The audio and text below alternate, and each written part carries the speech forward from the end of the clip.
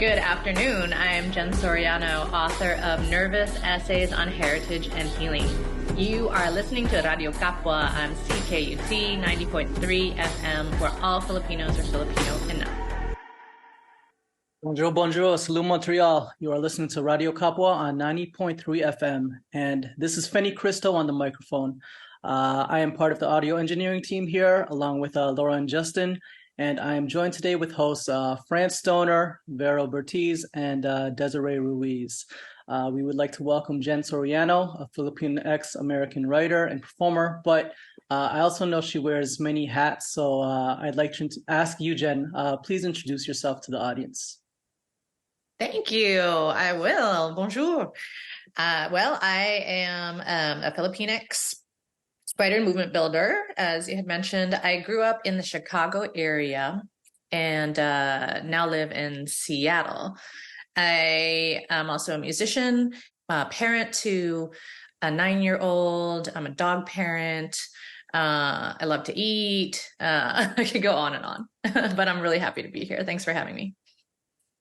Yes, we're so happy to have you. Hi, everyone. Fran Stoner here. And I am particularly excited because I'm one of the very, very lucky people who got to read Jen Soriano's new book, Nervous, a little bit in advance before everyone else. So thank you so much for that gift, sis. I have about 50 more pages to go. I have to say I do have to take breaks because yeah, it hits the feels, right? It really hits the feels. So I have moments where like I couldn't put it down. And then I had moments where I was like, oh, I need to put this down. My heart is doing things.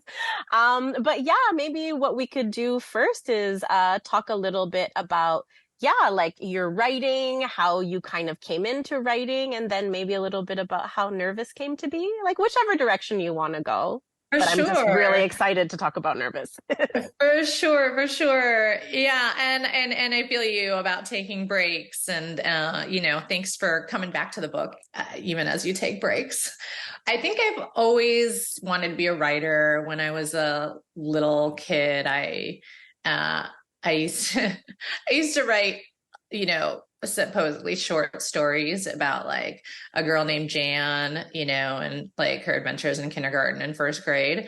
They were basically like journals, like venting about my about my first grade experience, but in short story form. And I was a big YA reader. I loved reading, and I think that if all the adult world stuff hadn't necessarily gotten in the way, I might have been actually writing, my whole life.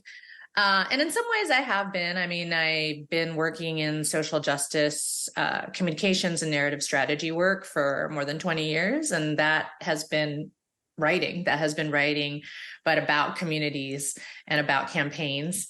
And it was really in the past 9 years, actually, since my kid was born, that I decided to recommit to what little Jen had wanted to do, which is do more creative writing. And I took that moment of like major creative production, as in birthing a child, to do a shift and create more space for the creative aspect of writing and actually telling more of my own story. And so Nervous came out of that shift and became an effort for me to try to piece together a lot of different things that I had been experiencing over the past 20 years, including experience with chronic pain, but also including wanting to tell the story of community building and this incredible healing journey that I had been on thanks to Filipino community and culture and activism. Yes, thank you so much. Because essentially, like a lot of what your book talks about is amongst many things, but like the healing power of Kapwa, of there's this piece that when we're together, we just heal. And that's something that really, really stuck out to me. And also just making the links to the intergenerational trauma. So, don't want to dive too deep for folks who haven't read the book, but maybe do you want to give like the little slap, like the little taster of like, what is Nervous? Yeah, sure. So it's about how we carry history in our bodies. And it's about the things about that can be really hard. So for example, for me, I pretty much traced through many years, and I chronicle some of this in my book, that the chronic pain that I had been living with, I have chronic pain and other conditions that all turned out to be nervous system conditions, such as central sensitivity syndrome, which is an umbrella term that includes conditions like fibromyalgia, and also irritable bowel syndrome, and also can include, honestly, PTSD and CPTSD. So, I found out that I had that diagnosis, and I was like, well, but that's not a root cause. What's really going on here? And so the book traces my journey of essentially understanding that all of these nervous system disturbances for me trace back to unresolved trauma, and specifically layered trauma that has its roots in historical trauma. And so the book tells a history of colonization in the Philippines. It talks about how colonization is a system of mass trauma and how we can continue to carry some of that in our nerves. But it also talks about how ancestral wisdom is something else that we carry in our bodies, and that's a source of power, survival, and a drive to transform the worst impacts of trauma into healing and wisdom. And so, the whole second half of the book actually talks about how we can transform the worst impacts of trauma into healing and wisdom. And it can start with things that are as simple as co-regulating in community and learning about culture and finding healing rituals based in culture. Yes, absolutely. And I have to say, like, I'm a mental health counselor, so it's like been years that I have been studying, like, what does decolonizing our psyche look like? How has colonization affected our mental health? But I do have to admit, and like, I think this is a great lesson for everyone. It doesn't matter if you've been kind of exploring what does Filipinx decolonization looks for you. It doesn't matter if you've been exploring it for 6 months or 15 years. Like myself, there's always another kind of layer to unlock, right? And I think that's why your book was so powerful for me, because I'm a professional and this is my profession.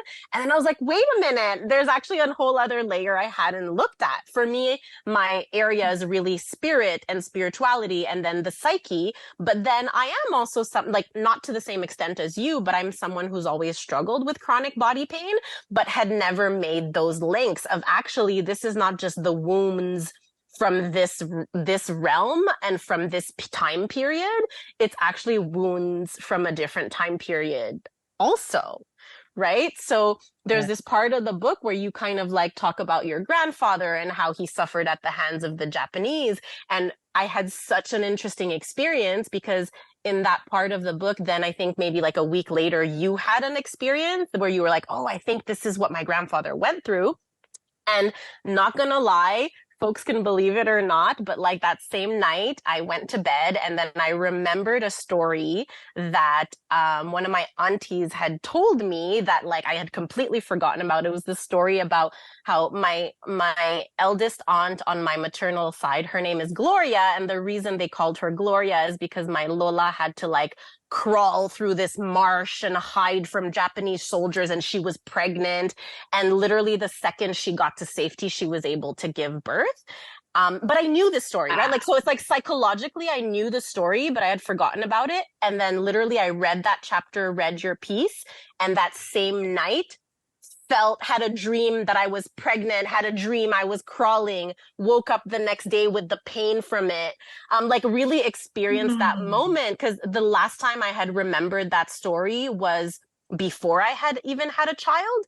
So it's like also a different understanding and embodiment of the story, right? Ooh. So you turned on something in my brain, and then I went to bed, and then something else turned on, and I understood that part of my family's history on a whole other level. Oh my gosh. Right? That's amazing. What an amazing story. And I do believe it. not surprisingly. Right? But you really go into the science of it too, of like, actually, we're not crazy. Like, yes, we love to talk about, we're connected to our ancestors and that's very healing. And I know that some folks might see it as like this weird, like spiritual mumbo jumbo. But what I love about what you do is you're linking the science to it. There are neurological things, biological things happening, and epigenetics is a thing. Epigenetics is how we inherit pain. So I don't want to take up too much space. I know Desiree and Vero have so many things to say, but I just wanted to say thank you for unlocking just a whole other level, because even if it's difficult, I think there's so many layers to our healing, and we need to engage in that. Like, we need to go on that adventure on our own and with each other. So thank you for taking me on this journey. Well, thank you for sharing that story. Like, hey, yes, next level unlocked. I love that. Yeah. Oh my God. There's so many like light bulbs. And when France was telling, hi everybody, this is Desiree speaking, and welcome, Jen. So when France was telling me about your book, I was like, yeah, I need to read this book. And there were so many things that, just listening to France's excitement about the book made me connect certain parts of my journey. And so a quick story about me is I had a chronic cough for over a decade. I had a chronic cough, and when I would get a cough, I couldn't stop coughing for over a week. And I tried everything. I saw every practitioner. My doctor sent me to an ear, nose, and throat doctor, allergist. I did everything and anything. And at one point, he's a holistic doctor, and he was like, I'm just rule, like, basically it's a reaction that your body does when there's a little bit of nasal drip. It's like there's an allergic reaction in your throat. But fast forward, my whole story is I never used my voice. I never used my voice. I had a hard time I didn't know how to express my feelings until my divorce when I was 36. Everything was so bottled up, specifically in my voice. And I would get a chronic cough. So it was like spirit, ancestors. And then with all of the work and all of the things I've done over the years, it always came back to the voice, and that there's like a history in my family. And also as people of color, Filipinos that have been colonized for so many years. Again, this fear of using our voice. And then present day to me, I've been unleashing and using my voice. And the more I use my voice, so many beautiful things have come into my life. So again, listening to France talk about your book helped me, like, it just reaffirmed that, again, I was here to use my voice. My ancestors are channeling through me to get out all of the things that they weren't able to say. And just again, tying in that chronic illness, because even my therapist at the time, she said, you have chronic pain. You just don't even feel it, are not even realizing that you have chronic pain. I also had chronic shoulder pain. And every time I would get I'm 5 feet tall, I'm super petite. And every time I would go to get a massage, they would touch me and they're like, do you even understand what's going on in your neck right now? But I didn't even feel it because I was so disconnected from my body. And now, many years later, understanding the fear of being connected to our bodies, right? That I felt and that our ancestors felt. Yes. I mean, what you're describing is how wise our bodies are and how our bodies are archives. And that is a lot of what I talk about in Nervous, especially for a multiply colonized people such as Filipinos, where our archives have not only been erased, they haven't had the chance to be built, right? So it's that double grief of like, what could have been, and also, what did we used to have that has actually literally been burned, plundered, and destroyed. And so in the aftermath of that, our bodies are our archives, and it makes sense that our bodies would then hold things that are very difficult. And it also makes sense that our bodies would lock a lot of that away, because 381 years of colonization is a lot to hold in our bodies, and we literally cannot feel that on a daily basis. That's just not possible. And so our bodies know how to titrate and lock some things away. And I was just going to say one more thing about silence. that's such a trip how you describe what was happening with your throat, because I really identify with it. And I still do have a chronic cough even after all of this healing. And I think one of the big revelations for me in writing this book is the learning that that silence can tell us so much as well, right? Yeah. Like what you said about how our ancestors had to be silent, and in France's story, I'm sure that your ancestor had to be silent until she could crawl through to a place where she could give birth. And so there, and my grandfather, I tell the story of my grandfather about how he stayed silent when Japanese officers tried to make him tell them where his guerrilla army was hiding in the mountains. And so, there's a lot of depth to the reasons why silence is an inheritance. And it's not just easily dismissed as like, oh, that's a bad thing, and it's why it's so hard to unlearn when we don't need to be silent anymore. But I also loved how you shared the healing process of being able to share your voice and open your throat, as Merlinda Bobis, the Filipino Australian writer, talks about. And she talks about that as a storying back against colonialism. Thank you for sharing. And I also just wanted for us and for everybody listening, again, chronic cough for 10 years, and it would last for like a week to 2 weeks, and I was up all night. Ever since I started using my voice, it's gone. And anytime I get itchy throat, or I get a cough, because of all of the tools and work and awareness that I have now, I'll always take a step back and I'll ask myself, is there something that I'm scared to share? And that's the sign, like that's the barometer for me now with my throat. And I'm like, okay, there's something that I'm scared to share. And then I do the journaling and all of that stuff to practice getting it out. But it's like, okay, no, now I know. Right. So I guess my question is there any tools you would give, those listening, how, because they're like, oh my God, nervous body, that's a lot of information, like, so maybe one thing, like maybe they have a chronic illness, and is there one thing that they can start to think about or connect, or maybe it's like, how can they slowly start to connect to their body, because we are so disconnected because of centuries of being colonized and in fear of being connected to our bodies or listening to our bodies. Is there one maybe quick tool or tip or seed that you can plant for folks to start making those connections, right? Or some practical tool that you can leave them with? Absolutely.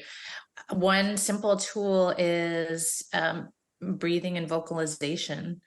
So just really quick, some of the science behind it, which we don't really need to know, because, this is something that actually our people have known for centuries, that, like chanting, right? Singing is healing. And, only now, right? Like neuroscientists are seeing that, one of the reasons that might be, right, like this is still a theory, is that when you take really long exhales, it activates the vagus nerve, which is one of our cranial nerves that innervates all of our organs. And it is a nerve that's essential for regulating our entire internal organ system, as well as our autonomic nervous system. And long exhales supposedly activate the part of the vagal system that encourages our system to be more at rest and calm, as opposed to agitated. And so, for me personally, I think that's why singing has been a really healing practice. And for Stephen Porges, who's the person who, developed this theory, the polyvagal theory, he played the clarinet. And so the clarinet for him was a really healing thing.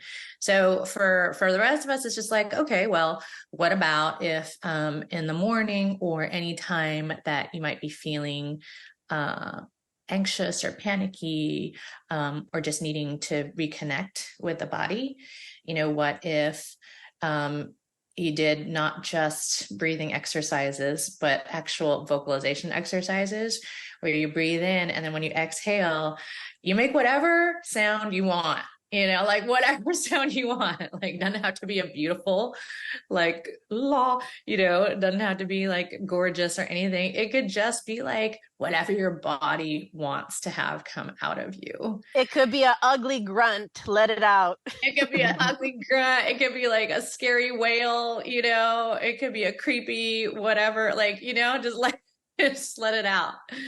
And, whenever I do that, because that's actually like a singing exercise, just like let it out. Like, it feels really freaking good. And it especially feels really good when you do it around other people who are like, what are you doing? But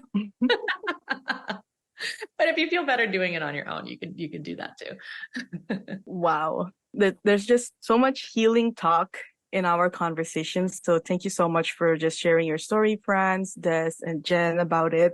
I believe that I am in that generation where I was not silenced because I'm literally holding the mic. I have my own podcast, and I like to vocalize like face value, like straight to the point. No, that's shitty. Like, we're recording before this, we were calling the Minister of Education out because like, how dare you? And like, this is going to be publicly broadcasted.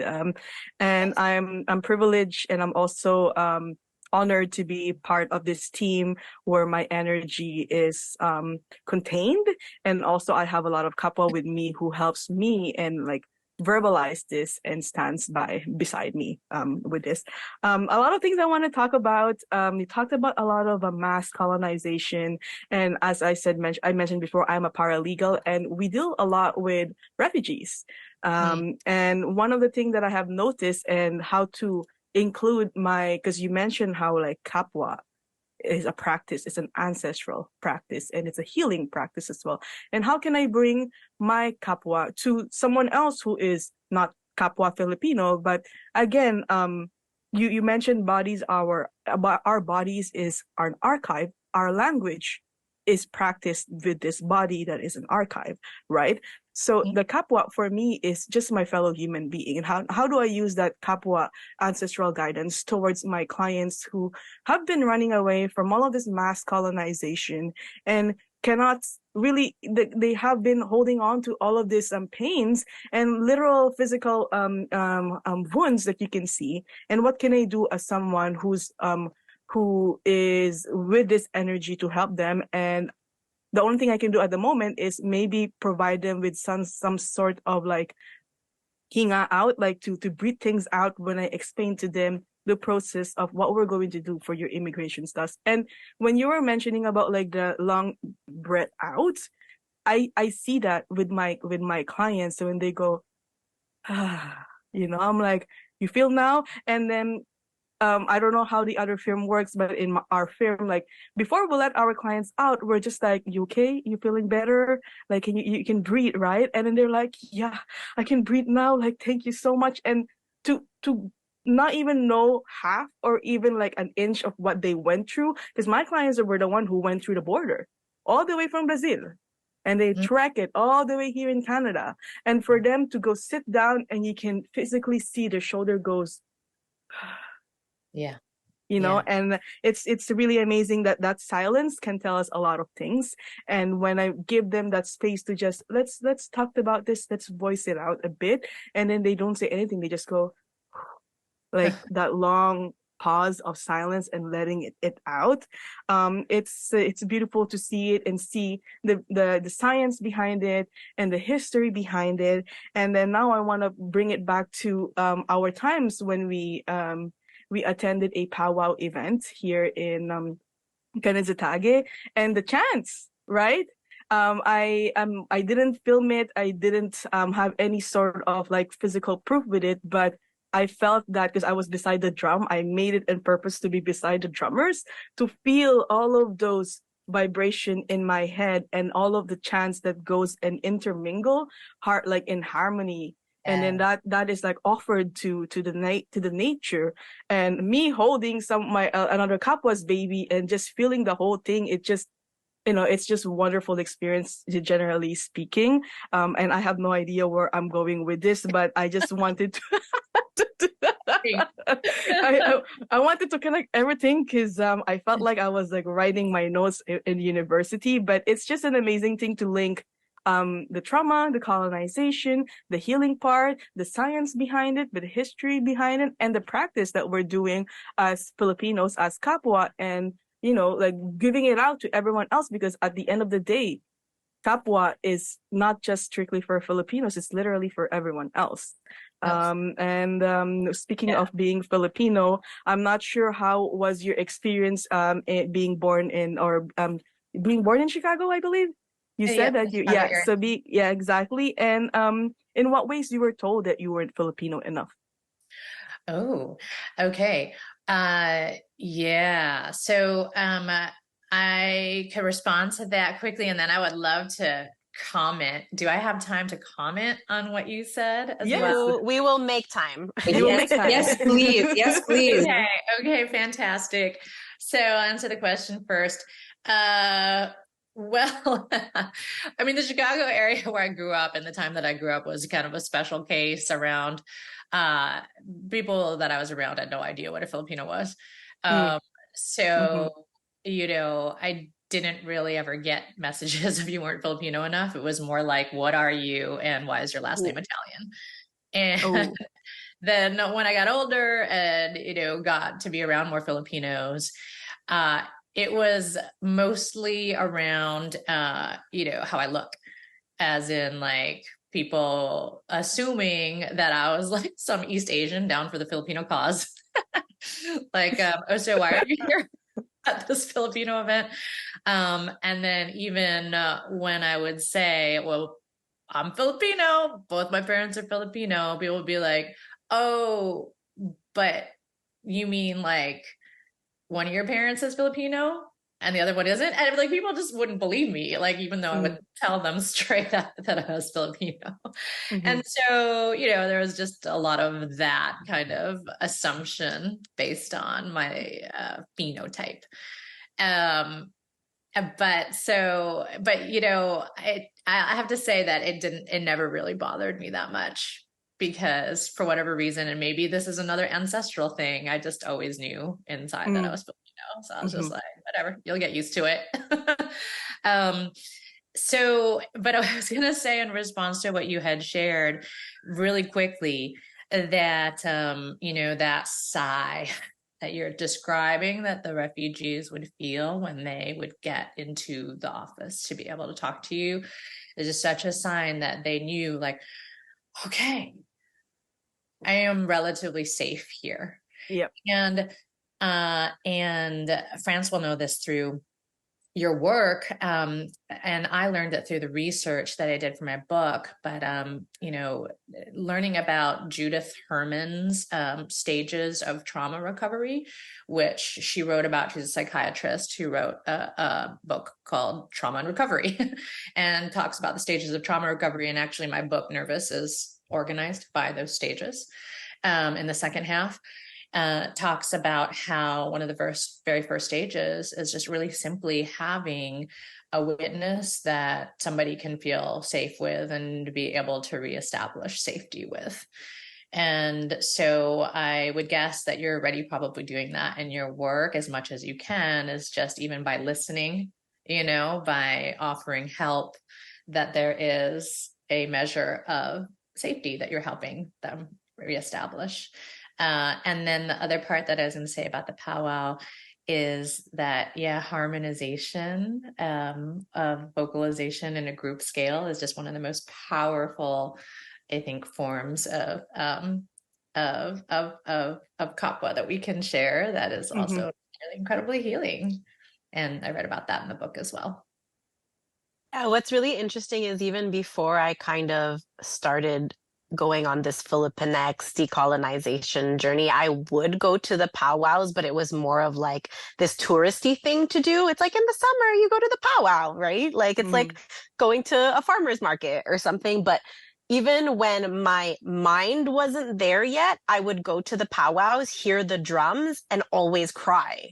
Like the drums would always make me cry, and I didn't know why, and I didn't understand. And it's because the collective energy and the sound was moving stuff around, right? Of like, there's something here you need to open up, unearth, unlearn. And I think that's really the power of how, as colonized people, we do have this connection, right? We have this inherent understanding of, we carry all this pain, but we also carry all this resilience. And I think this is a perfect segue to this question we ask everyone. And we all know that the word kapwa is too complex and beautiful and multidimensional to be properly explained in a language in a colonizer language like English, but we try. And for you, when you hear the word kapwa, Jen, like, what does that mean to you? What does this evoke? It means interdependence to me. And it also means, honestly, I think of it as like a Filipino superpower that we all have inside of us and that we can all reclaim, even if, we've been just ground under this system of like North American individualism, right? Like we still have the seeds, the longing, the desire, and the muscle memory of kapwa inside of us. And I also think it's interdependence with non-humans, right? Like with the spirit world, with the animal world, with nature and our ecosystems. And that is ancestral wisdom that we all carry inside of us. That's so powerful and so beautiful. And I love this framing of like, it's our superpower. It's so true, because how many times have I lacked resources for something, or lacked knowledge, or lacked access, and then reached out to community, and all of a sudden I had resources, knowledge, or access, right? So we might not be intergenerationally wealthy in like a financial sense because of colonization, but this kapwa connection does kind of foster all these things we need. So I love that. I don't think anyone's ever called it a superpower before. And I really, really love that. we have this dream of putting together all the sound bites because it's a question we ask everyone. So thank you for that. Is there anything else anyone wants to add? I know that we could probably talk to you all day. Anything pressing? Nothing pressing, but again, there was just so many, like, I mean, I can listen to you all day share, and I cannot wait to read the book. So thank you for just doing what you do and helping us find our way home, essentially. And for verbalizing also so many things that we just don't know how to articulate, right? And going back to the drums, the elder, so the powwow we went to was yesterday for the Centre Kapwa members. And I remember, I noted it down, he said that the drums, and it was powerful. And I remember taking my shoes off because I wanted to just like ground in the lands. And as they were drumming, I also started crying. I know somebody else in the community as well. I heard her say, "Oh my God, I'm so emotional." And the elder or the host said, "This is the beat of our heart, like our collective heart." And it was just so powerful. And then I turned around and it was like the different generations of drummers. And I was like, oh my God, and all of the emotions that they're activating that we've all been too afraid to, express through our throats, but it's being activated by the vibration of the drums. So it's, and you with your writing, you're also activating things inside of us that, again, us in this life and in our ancestors, we're too afraid to share. But by reading, by being in community, by listening to the instruments, also karaoke. I'm like, Filipinos are good at karaoke because it's a way for us to channel, to get shit out, right? It's like it's coming out. Yes. So just thank you. And please come to Montreal. Maybe before we wrap up, I would love to just maybe open up the floor to Fenny, because Fenny is a musician, so I'm thinking about you, Jen, and your work with Discarte. Like, Jen was in a band for a while. Fenny, anything coming up for you music wise? You know what, actually, this morning, I was doing my little Google food research, and I actually was listening to the music on Bandcamp. So yeah. Oh, you were listening to the Discarte music on Bandcamp? Yeah. So And we're probably going to play it for this episode. Do you have a particular song you want us to play when we play this episode?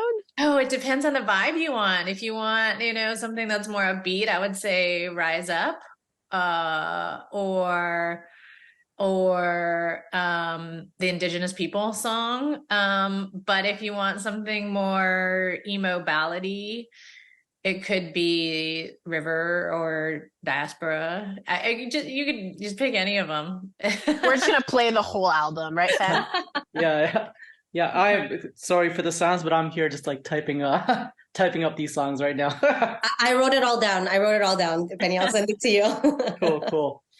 Yeah. I love it. Yay. All right. Any last words? We just don't want to end this. We don't want to end this. Asking Vero for last words. Go ahead, Vero. No, I just didn't want to end this conversation. I think a lot of healing happened in so many different practices just now, and the mere fact that we're sharing all of our different stories is and making my heart feel a little bit, kilig in it, But yeah, to close it off, we really, really, really thank you for making time for us. I hope that our dear listeners have also appreciated. More plants have been planted on, more seeds have been planted on. And stay tuned for Jen Soriano's book. If you're interested, you can actually go and check out her website, jensoriano.net. And if not, you can also just check out our website as well and check out our Instagram page. It's Sound Kapwa and RadyoKapwa.com. You're listening to Radyo Kapwa on CKUT 90.3 FM. This is Veronica, and I tell you all, mabuhay. Do you know how freedom sounds? I said, do you know how freedom sounds? It sounds like spirits in the native trees.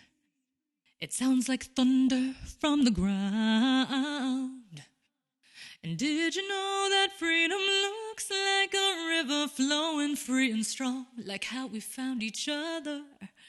And yes, together we will work, try hard to make life better, the way that water carves through stone. But we can't do this alone.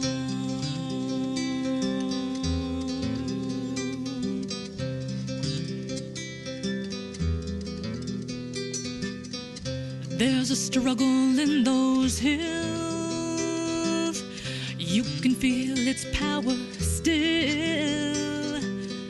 The women take down private property in a peaceful act of the people's will.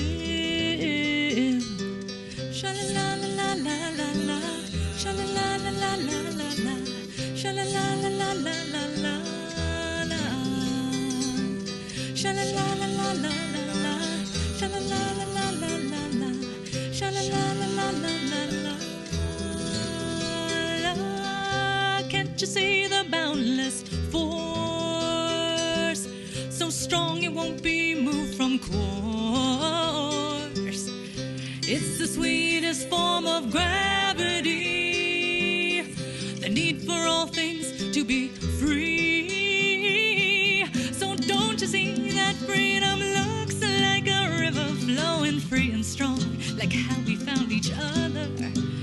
And yes, together we will work, try hard to make life better, the way that water carves through stone. But we can't do this alone. So don't you see that freedom looks like a river flowing free and strong, like how we found each other? And yes, together we will work, try hard to make life better, the way that water carves through stone. But we can't do this alone.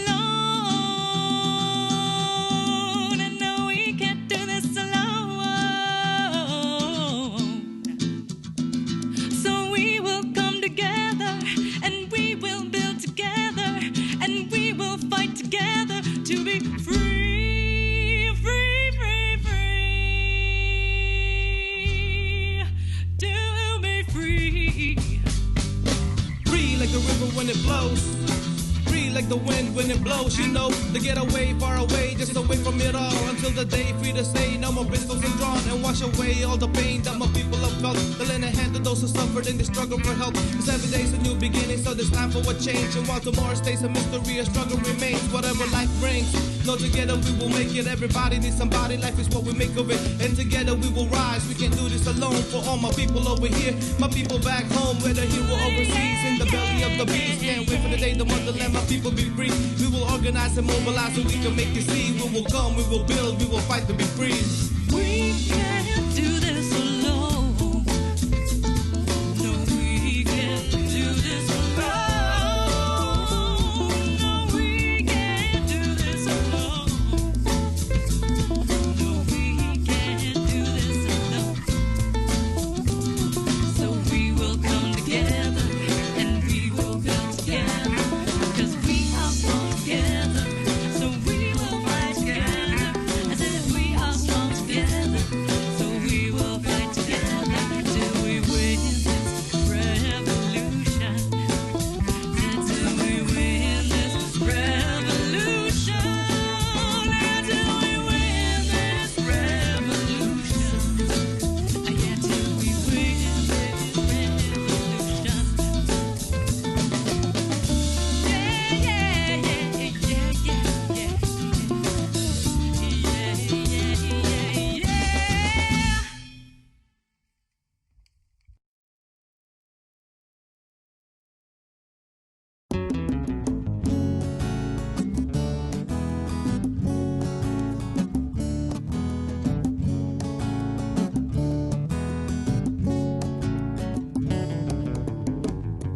There are times when I am one with the few, and there are times when the sun soothes my soul.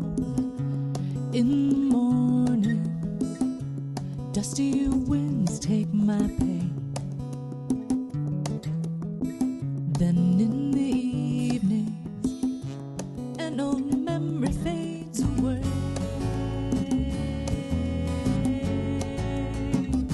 Oh, your empty promise to provide, but there is no way we can't survive. And so I spread my wings and fly from home.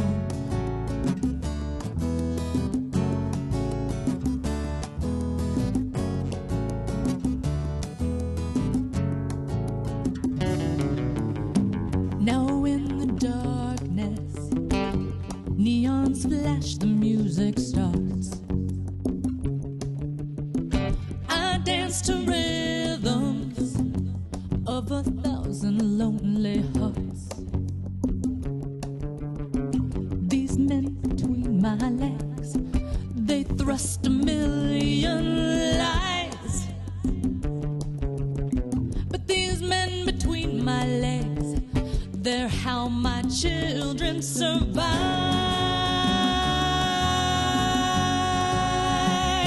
Oh, so if you promise to provide food for my family and ways for us to survive, well then I'll spread my wings and fly back home, home, home.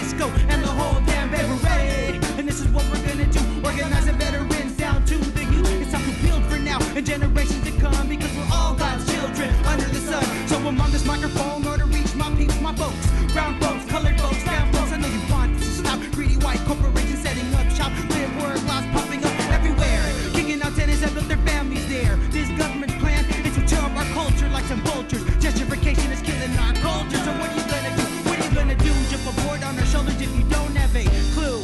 If you never ever had a clue. Picture this, a congregation of every nation find the fruits of oppression. Check it out, peep this theory, the reconstruction of white history. The six and rows shedding light, exposing every devil of the night. Have the farmers armed and ready to fight for some justice. As we bust this, you might like this, but I don't really care. And if you do, I just wanna know, could you handle some inner city guerrilla warfare and fight or flee? Run or smoke weed or fight the problems facing our community. The San Francisco community, rise up, rise up, rise up, rise up, rise up, rise up, rise up, rise up, rise up, rise up, rise up, rise up, rise up, rise up, rise up, rise up. Reclaim the streets, put your fists in the air. If you're down with this, put your fists in the air. Reclaim the streets, put your fists in the air. If you're down with this, put your fists in the air. Reclaim the streets, put your fists in the air. Reclaim the streets, put your fists in the air. Reclaim the streets, throw your fists in the air. Reclaim the streets, throw your fists in the air.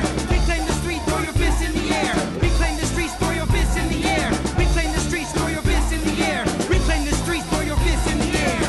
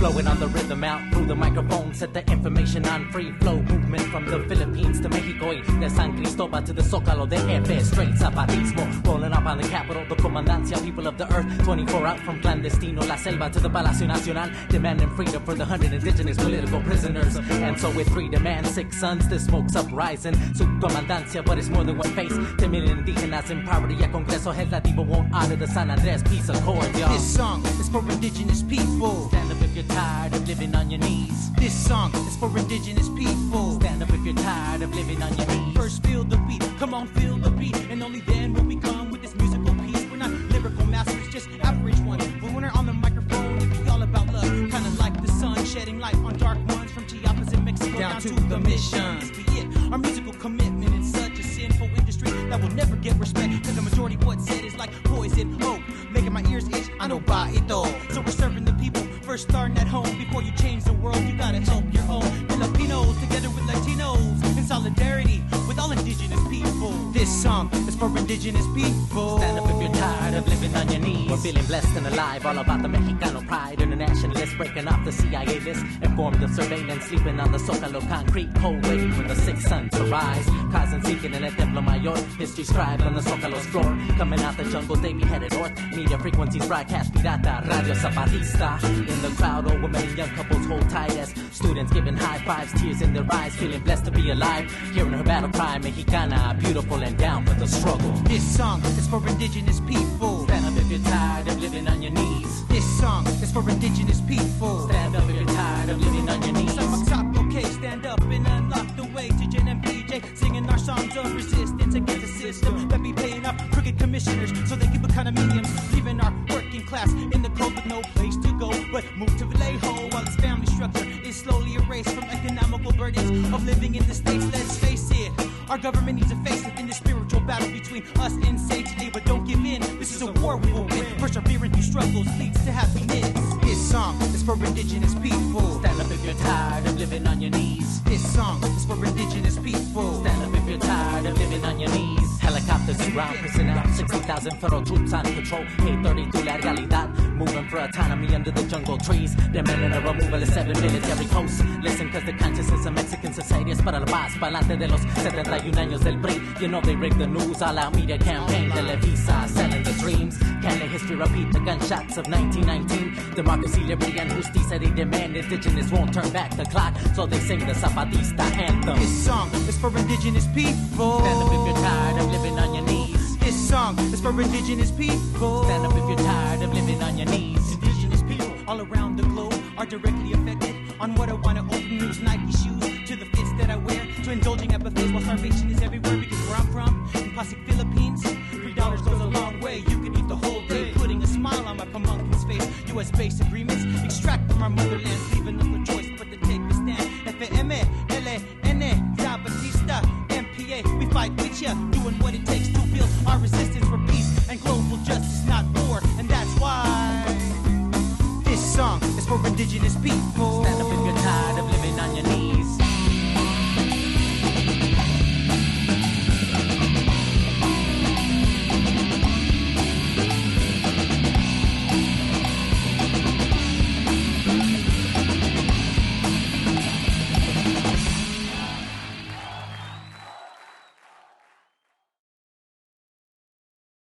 Magandang hapon sa inyong lahat. Good afternoon, everyone. My name is Jen Reyes. I am a youth leader and community organizer here bringing you important news back home in the Philippines.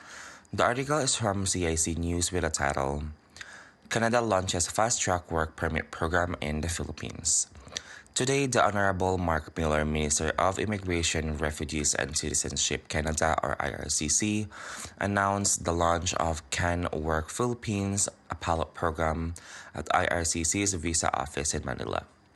The pilots will streamline work permit processing for eligible Canadian employers and allow them to schedule group appointments for medical examinations and biometrics for potential employees so that skilled workers from the Philippines can come to Canada. The pilot is for Canadian employees recruiting in the Philippines and hiring approximately 50 or more workers, or for critical occupations such as healthcare, construction, and agri-food. To participate in the program, employers must demonstrate their commitment to the fair and ethical recruitment guidelines as published by the International Organization for Migration, or IOM. IRCC is also giving $200,000 to the IOM to support the adoption of fair and ethical recruitment standards in the Philippines. The funding will help IOM work with the government of the Philippines, conduct training sessions, and promote the IOM's fair and ethical recruitment due diligence toolkit to organizations that are either involved or have an interest in recruiting talent in the Philippines. Every year, thousands of temporary foreign workers from around the world bring their skills to Canada, helping to grow our economy and fill labor market shortages. This includes a substantial number of newcomers from the Philippines. The Can Work Philippines pilot will give Canada an important disadvantage in the global race for talent and support our industries in addressing labor market shortages. At the same time, the funding to the IOM demonstrates our continued commitment to fair and ethical recruitment practices and will help ensure the health, safety, and equality life of temporary foreign workers, said Mark Miller. The Philippines is a major source of newcomers to Canada. This pilot will help strengthen the close social ties between our two nations while addressing labor shortages in the Canadian economy and reinforcing Canada as a top destination for global talents. The article was written by Julia Harnstein and published on October 19, 2023. Thank you so much for listening. Maraming salamat sa pakikinig. Once again, this is Jen Reyes, delivering you Philippine news from abroad. Yes, y'all, what up? This is Fenny Christie here from Radyo Kapwa, 90.3 FM CKUT, and I'm here with community announcements. Are you interested in learning how to tell your story through film? Santa Green's ACT project invites newcomer, refugee, and BIPOC artists 18 plus to participate in Our Stories on the Screen, a series of filmmaking workshops. Participants will be part of an encouraging community space to experiment and develop their filmmaking skills with the support of the following professional BIPOC filmmakers: Pooja Sethi, Hassan Ashraf, Charlie Cartier, Lillian Pang, and Devon Ellis Durity. For more information, please visit their Instagram page at Santa Green. As an organization that believes in solidarity being a verb, we are happy to be collaborating with Centre Benetna to offer a solidarity, healing, and grief space for those currently protesting, witnessing, organizing, educating, and advocating for Palestinian liberation, as well as in other places such as Sudan, Haiti, and various locations in the global majority. Also, this Saturday, November 4, from 12 to 2 p.m., Black Healing Center, in collaboration with the Break X Break and NWA Creative Party for Supporting Space, is offering a mindfulness movement at 633 Beaumont Avenue, where all are welcome. For more info, please visit their Instagram page at Black Healing Center. Speaking of Black Healing Center, they are also looking for participants in their new docuseries entitled Black Montreal Speaks, an amalgamation of one-on-one style interviews about the Black mental health experience in Montreal. All participants must identify as Black and be over 18. It will be a 25-minute one-on-one style interview about your Black mental health experience in Montreal. If you are interested, the deadline is until November 10, 2023. For more info, please visit their Instagram page at Black Healing Center. Lastly, our community partner Involve Youth is offering a queer support group for ages 15 to 30 years. If you wish to be part of the group, make sure you sign up by visiting their Instagram page at Jeunesse Engagée Involve Youth. And that's it for community announcements. But I'm also here with a solidarity statement from Radio Kapwa and Centre Kapwa. In the spirit of Pakiki Kapwa, members of Centre Kapwa are at a loss for words due to the blatant genocide perpetrated against Palestinians. We highly advise and encourage you to seek non-mainstream news sources to better grasp the asymmetrical nature of the war inflicted to Palestine. We join the call of the global majority for an immediate ceasefire. We call on everyone to reach deep within the spirit of Kapwa and protect the very humanity that connects us all. Centre Kapwa is an organization for the mental health and well-being of Filipinx youth and families. At the heart of what we do is the need to heal from the inherited generational trauma from our colonized pasts. Just like the practice of Kapwa transcends the Filipinx identity, our solidarity reaches beyond our community. The Filipino struggle and the Palestinian struggle are connected. When our Kapwa is hurt, we are all hurt. From the river to the sea, Palestine will be free. Liberation for one is liberation for us all. Makibaka, wag matakot. Tuloy ang laban.